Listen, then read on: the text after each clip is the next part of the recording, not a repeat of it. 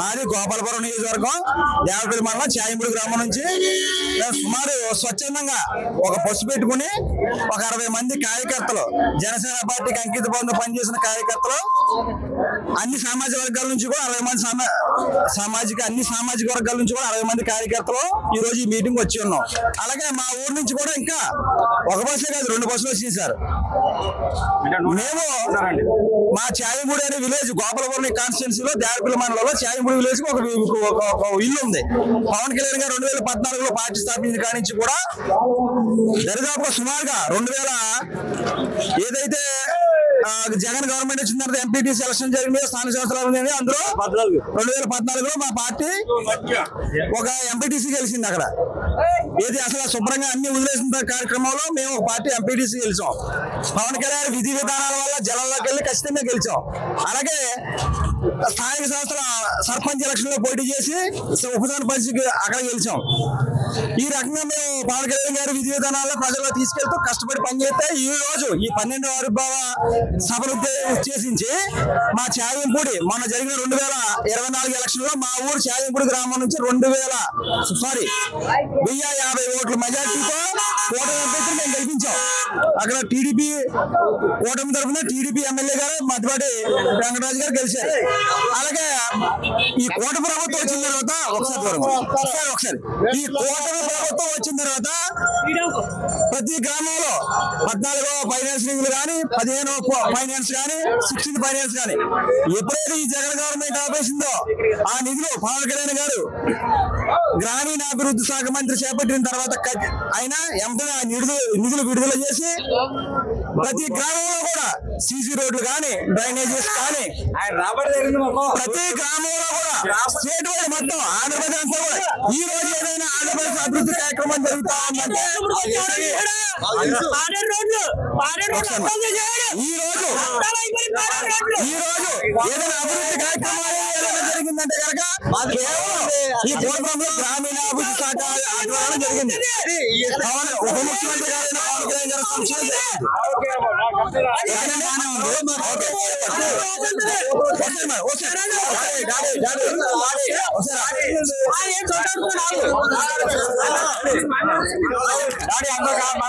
ఇదంతా బాగానే ఉంది. అంబటి రాంబాబు గారు మీ పార్టీ తెలుగుదేశం పార్టీని నిలబెట్టడానికి పుట్టిన పార్టీ, దీనికి ఆవిర్భావం ఎలా జరుపుకుంటారో అడుగుతున్నాడు.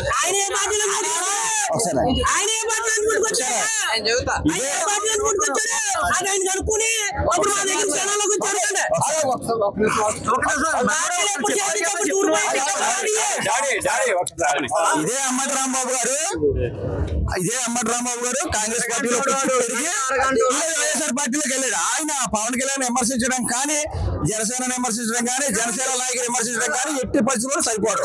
ఎందుకంటే ఆయన పూజకి పనికిరాని పువ్వు, అర్థమైందండి. పూజ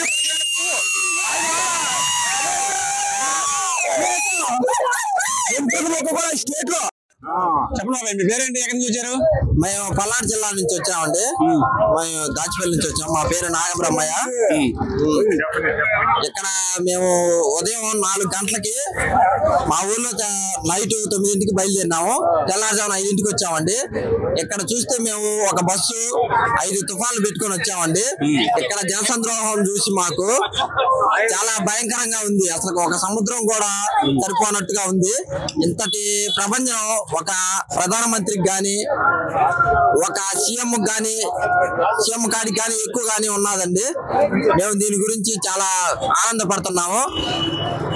నెక్స్ట్ కాబోయే సీఎం గారికి శ్రీ కొనిదెల పవన్ కళ్యాణ్ గారికి అభినందనలు చెబుతూ మేము మాట్లాడుతున్నామండి. ఎలా ఉంది సార్ మీకు పంచాయతీరాజ్ శాఖ తీసుకున్న తర్వాత మీ ఊర్లో ఏమైనా అభివృద్ధి జరిగిందా? పంచాయతీరాజ్ శాఖ తీసుకున్నాక 13,000 చిల్లర గ్రామాలు ఒక్క రోజే మీటింగ్ పెట్టి వరల్డ్ ప్రపంచం మొత్తం మీద గిన్నీస్ రికార్డు ఎక్కినటువంటి ఏకైక వ్యక్తి మన శ్రీ కొనిదెల పవన్ కళ్యాణ్ గారు మాత్రమే. అది మీరు గుర్తుంచుకోవాల్సిందిగా కోరుచున్నాము. మేము అవనగడ్డ నుంచి వచ్చాం.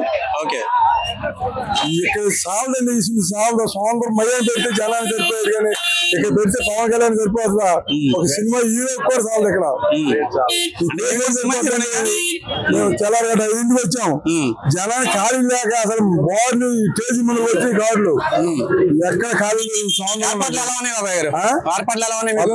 ఏర్పాట్లకి పర్లం కోసాట నీకేం కావాలని కోరుకున్నాను. పర్లం కోసాట అయ్యే శనకాయ తింటావా, అవే పుచ్చకాయ తింటావా, అయ్యే మజ్జి తాగుతావా, హల్వా తింటావా? ఎంత అభిమానంతో చక్కగా ఎంత మంచిగా చూసారో. పూడి తీగా బస్సులు ఆపేశారు, కార్లు ఆపేశారు. అయ్యే మీరు తినేవారు కాదేమో, మీరు తినేవారు కాదేమో. ఇది వైఎస్ఆర్ చెబుతుంది, సంచారం చెబుతుంది. ఒక నెలలోనే ఊర్లో నిన్న పంచాయతీ రోడ్లే చేశారు మాకు. అంతమంది 10 సంవత్సరాలు కాదు, 5 సంవత్సరాలు కాదు, ఒక రోడ్డు ఇలా. ఇలా అది ముఖ్యమంత్రి చేయకుండా ఆయన అట్టు పెట్టారు. ఆ ముఖ్యమంత్రి చేసి ఇంకేం చేసేవాడు, రాష్ట్రానికి దేశానికి ఏం చేసేవాడు. ముందుగా నమస్కారం. నా పేరు వంగరి సాయి కుమార్, బోడుపల్లి జనసేన పార్టీ. తెలంగాణ రాష్ట్రం నుంచి ఈ రోజు పిఠాపురంకి మేము రావడం జరిగింది. 12వ ఆవిర్భావ దినోత్సవం సందర్భంగా మేము ఇక్కడికి తెలంగాణ నుంచి మేము ఒక 10 మందిని ఇక్కడికి బయలుదేరి ఇక్కడికి రావడం జరిగింది పిఠాపురంకి. ఇక్కడ చూస్తుంటే చాలా ఆనందంగా ఉంది. ఎందుకంటే కూటమి ప్రభుత్వంలో ఇప్పటి వరకు మనం చూసుకున్నట్టయితే చాలా పరిపాలన ఇంత ముందుకు లాగా కాకుండా ఇప్పుడు చాలా 3 ఇంతలు ఎక్కువగా పరిపాలన చాలా బాగుందని చెప్పి కూడా ఇక్కడ ఉన్నటువంటి ప్రజలు చెప్తున్నారు. నాకు చాలా ఆనందంగా ఉంది. ఇన్ని సంవత్సరాలు మేము ఆవిర్భావ దినోత్సవం మేము అధికారంలో లేకుండా చేసుకున్నాము. ఇప్పుడు అధికారంలో ఉండి చేసుకోవడం కూడా మాకు చాలా ఆనందంగా ఉంది. అది ఓన్లీ పిఠాపురం నియోజకవర్గం ఇచ్చినటువంటి ప్రజలు గెలుపు భారీ మెజారిటీతో వనగలంగాన్ని గెలిపించడం జరిగింది. అది పిఠాపురం నియోజకవర్గ ప్రజలందరికీ కూడా తెలంగాణ నుండి జనసేన పార్టీ తరఫున నేను వారికి నా హృదయపూర్వక నమస్కారాలు కూడా తెలియజేసుకుంటున్నాను. కర్నూలు జిల్లా నుంచి వచ్చాం. ఎలా ఉన్నాయి సార్? 12వ ఆవిర్భావ జనసేన ఏర్పాటు చేసుకుంటుంది. ఏర్పాట్లు ఎలా ఉన్నాయి? ఏర్పాట్లు భారీగా చేశారు, సౌకర్యంగా ఉన్నాయి. ఈ వాతావరణ పరిస్థితులను దృష్టిలో పెట్టుకొని జనసేన పార్టీ నాయకులు వాటర్ మిలన్ ఇస్తున్నారు, డిహైడ్రేషన్ కాకుండా ORS ఇస్తున్నారు. అదేవిధంగా మజ్జిగ ప్యాకెట్లు, వాటర్, భోజనాలు ప్రతిదీ అందుబాటులో ఉంది. కాబట్టి ఈ ఏర్పాట్లను, ఈ సౌకర్యాలను మెచ్చుకోవచ్చు, వారిని అభినందిస్తున్నాము. అంటే పవన్ కళ్యాణ్ గారికి పంచాయతీరాజ్ శాఖ ఇచ్చిన తర్వాత గ్రామాలు కానీ పట్టణాలు కానీ ఏ రకంగా అభివృద్ధి చెందాయంటే, గతంలో ఎన్నడూ లేని విధంగా ఉప ముఖ్యమంత్రి పదవికి కానీ పంచాయతీరాజ్ శాఖ, గ్రామీణ నీటి సరఫరా, అదేవిధంగా ఫారెస్ట్, ఎన్విరాన్మెంట్, పర్యావరణ, ఇలా శాస్త్రీయ సాంకేతిక ఏ శాఖ చూసినా పవన్ కళ్యాణ్ గారు వచ్చిన తర్వాత ఆ పదవులకి వన్నె తెచ్చిన మహనీయుడు, నిస్వార్థ నాయకులు పవన్ కళ్యాణ్ గారు. ఆయన అధికారంలోకి చేపట్టిన 9 నెలల్లోనే ప్రపంచం ఆంధ్రప్రదేశ్ వైపు చూసేటట్టు తన పాలన సాగింది. ఒకే రోజు 13,326 గ్రామ పంచాయతీలకు గ్రామ సభ నిర్వహించడం ప్రపంచ రికార్డు మనం చూసాం.